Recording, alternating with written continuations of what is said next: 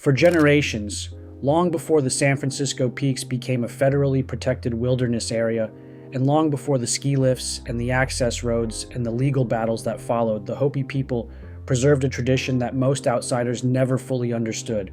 They spoke of beings who lived inside those mountains, not spirits drifting somewhere in the sky, not symbolic figures standing in for weather patterns or agricultural cycles, but actual beings, hundreds of them, dwelling within the peaks themselves, moving through chambers beneath the summit, and emerging only at specific times of year to walk among the living. Then, in the early 20th century, ethnographers and anthropologists began documenting what Hopi elders had been saying for centuries, and the more carefully they recorded it, the stranger the details became. Because what the Hopi described wasn't a vague supernatural realm.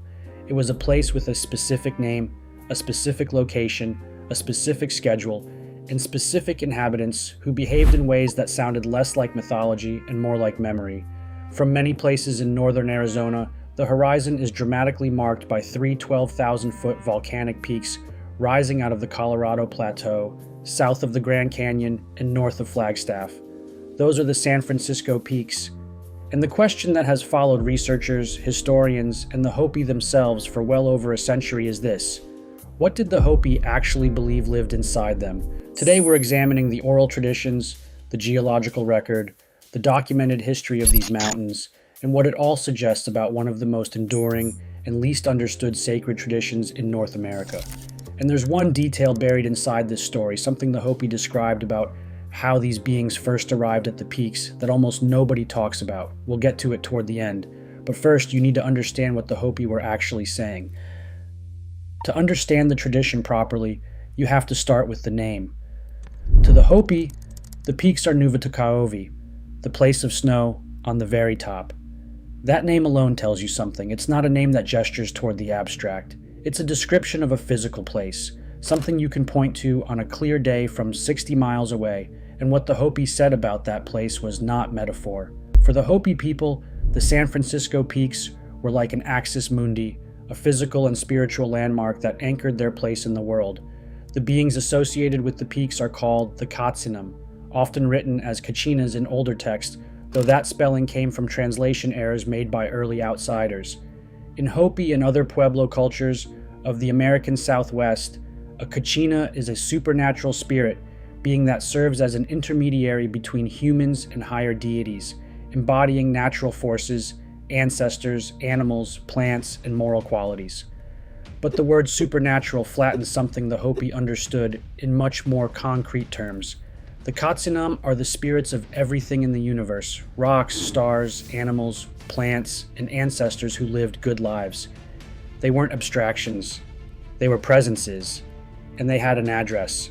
When they are not visiting the Hopi villages, the Hopi believe Katsina spirits reside at the sacred place called Nuvatukwaovi, the San Francisco Peaks.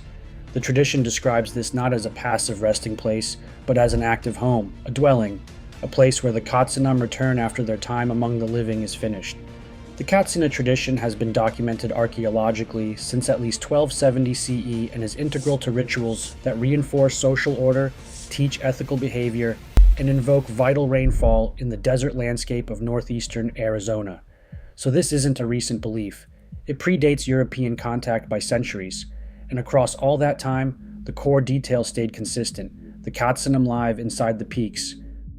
The schedule they follow is precise. The Hopi believe that Katsina spirits visit the mesas from January to July to bless the people with rain, abundant crops, fertility, good health, knowledge, and other gifts. Then, when that season ends, they go back. After the going home dance in late July or early August, the Kachinas return to the San Francisco Peaks for 6 months. Every year, the same cycle, the same destination, and the ceremony that marks their departure, the Naiman or going home ceremony, is one of the most significant events in the Hopi calendar precisely because it acknowledges a real departure to a real place. Before we go further, if you're someone who's drawn to history that sits at the edge of what we think we know, consider subscribing. It takes about 2 seconds, it helps the channel keep making documentaries like this one, and there's a lot more where this came from. Now, back to the mountains. Here's where the tradition gets genuinely strange. And this is the detail I mentioned at the start, the one that almost nobody focuses on. The Hopi say that once during a great drought, they heard singing and dancing coming from Nuvat Tukaya Ovi. When they investigated, they met these spirit beings called Katsinas, who returned with the Hopi to their villages and taught them various forms of agriculture. Read that again slowly. The Hopi didn't invent the Katsinam, they didn't project them onto the mountains as a way of explaining rain. According to the tradition, the Katsinam were already there. The Hopi found them, the beings came out of the peaks to meet them, and then they taught the Hopi how to survive in one of the harshest landscapes in North America. That framing matters because it changes the nature of the claim. This isn't a story about humans imagining spirits to explain drought. It's a story about humans encountering something that was already present inside a mountain, something with knowledge they didn't have, something that could teach. Whether you read that literally or as a deeply encoded cultural memory, the specificity of it is hard to dismiss. The Katsinam represent the multi-layered spirit powers who personify nature: clouds, sky, storms, trees. They function as protective supernatural beings who can help humans if they are asked properly and respectfully. But the Hopi also describe them in ways that go beyond the elemental. The people asked the Kachinas to take the souls of the newly dead back with them to the mountains, so the peaks weren't just a home for spirits, they were a destination for the dead, a place where something continued after life ended. And the Katsinam were the ones who carried people there. The Hopi dead go to the sacred mountains, where they become Kachinas and are transformed into clouds. That transformation from human to Kachina to cloud is the full cycle the Hopi describe. You live, you die, you go to the peaks, you become part of the beings that bring rain. It's a closed loop that ties the human community to the landscape in a way that makes the mountains not just sacred but structurally necessary. Without the peaks, the cycle breaks. Without the Katsinam inside them, the rain stops. Without the rain, the corn dies. The stakes within the tradition could not be higher. Now here's something that most people overlook when they try to understand this tradition from the outside. The peaks themselves have a physical interior that matches the tradition in at least one remarkable way. These volcanic mountains hold the largest freshwater aquifer for many miles in their hollow caldera, the same vessel that once was pulsating with hot lava. The mountain is literally hollow at its core. The Kachina Peaks wilderness is part of a large composite volcano that last erupted roughly 2 million years ago. What's left is a collapsed volcanic caldera, an enormous sunken interior, hidden from view, enclosed by the remaining peaks on all sides.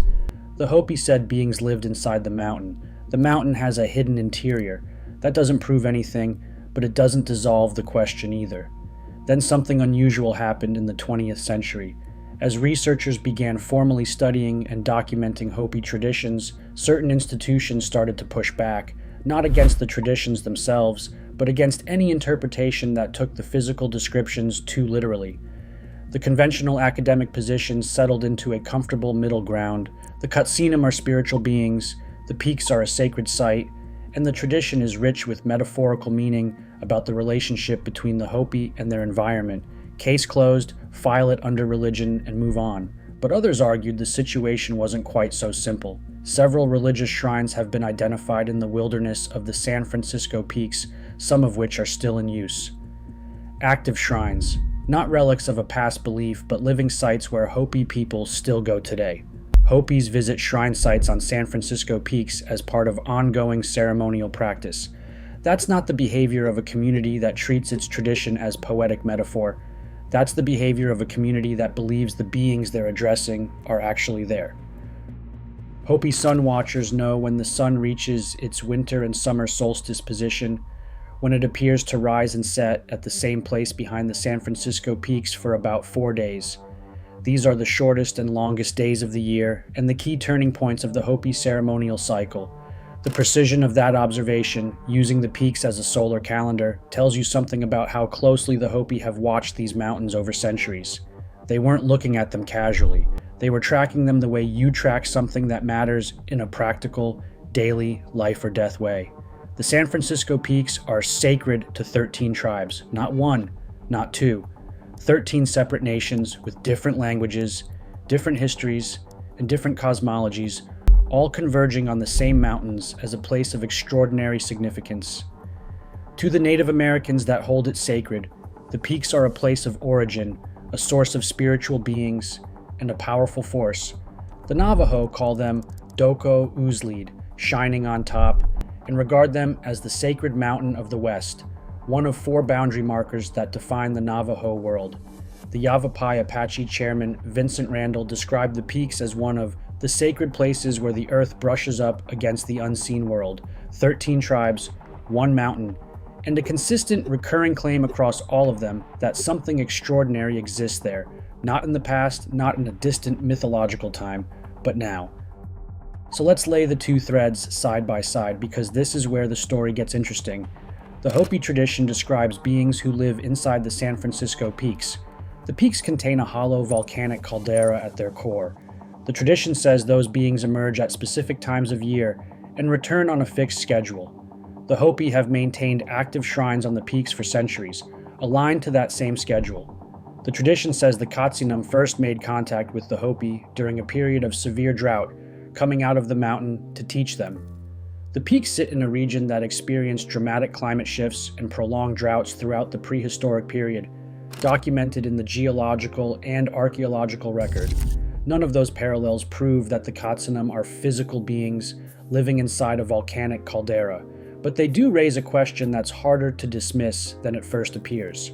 What exactly were the Hopi encoding in a tradition this specific, this durable, and this tied to a real physical location?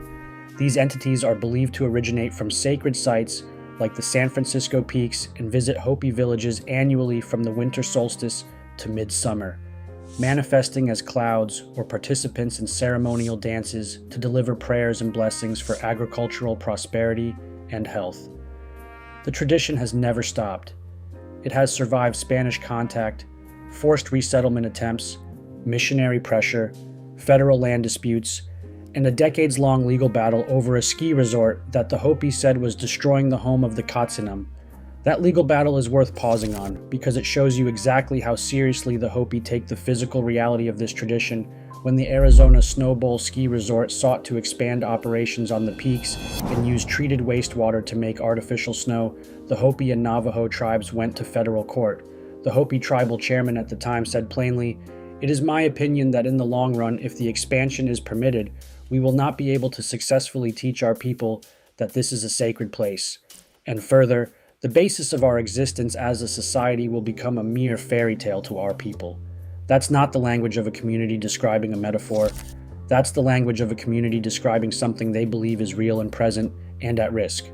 All tribes traditionally hold that if this sacred mountain is disturbed by any means, their ways of life are violated. 13 tribes said it, courts heard it, and the legal record, whatever its outcome, documents clearly that the Hopi were not describing a symbolic attachment to a pretty mountain. They were describing a functional relationship with beings they believe still exist inside it. Throughout this documentary, we've looked at 3 very different kinds of evidence. The oral tradition itself, centuries old, internally consistent, and still actively practiced. The physical geography of the peaks, a hollow volcanic caldera that matches the tradition's description of an interior dwelling place, and the historical and legal record, documentation that the Hopi have treated this tradition not as poetry, but as fact, across every generation, including this one. Each of those tells part of the story. None of them by themselves settles the question. What cannot be debated is that this tradition has endured for longer than the United States has existed as a nation, longer than European contact with this continent, longer than most of the institutions we use to evaluate truth. This reciprocity between humans and the spirit world is central to Hopi religious practice, and these ways are practiced for the balance of Mother Earth and all her beings. That's not a relic, that's a living system, still operating, still maintained by people who have never stopped believing it. Perhaps the Katsinam are exactly what the Hopi say they are, ancient beings who dwell inside a sacred mountain and emerge to sustain the world. Or perhaps the tradition preserves something older still, a memory of a time when the Hopi encountered something in those peaks that changed them, something they had no other language for, and so they built an entire ceremonial system around the encounter to make sure no generation would ever forget it. What's certain is that the mountain is still there, The shrines are still active. The ceremonies still mark the departure and return of the Katsanam every year. And the Hopi have never stopped watching the peaks at dawn to see where the sun rises. That question from the beginning, what did the Hopi believe lived inside those mountains, turns out to have a clear answer. They believed the Katsanam lived there. They still do. Whether the rest of us know what to do with that answer is a different question entirely. Thank you for watching. If you enjoy history and mystery that takes indigenous traditions seriously rather than flattening them, consider subscribing. There are more documentaries like this one coming, and subscribing is the best way to make sure you don't miss them. Before you go, do you think the Hopi tradition of the Katsanam inside the peaks is purely spiritual symbolism? Or could it preserve a genuine memory of something that happened in those mountains long ago? Drop your answer in the comments. I read them, and I'll see you in the next documentary.